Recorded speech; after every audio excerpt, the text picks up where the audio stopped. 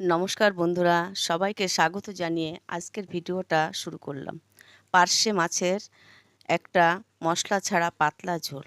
যারা একদমই ঝাল মশলা পছন্দ করেন না তাদের জন্য। এবার রান্নাঘরে চলে আসি। প্রথমে আমি কিছুটা সবজি কেটে নিয়েছি।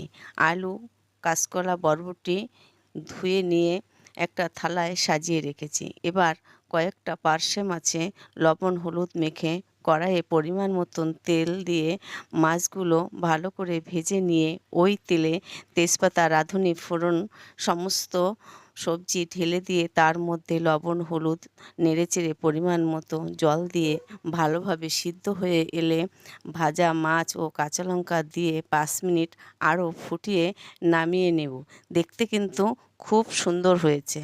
আর একটা টিপস দিলাম, যে কোনো রান্নায় কাঁচা লঙ্কা ব্যবহার করলে তরকারি হয়ে এলে কাঁচা লঙ্কা দেবেন।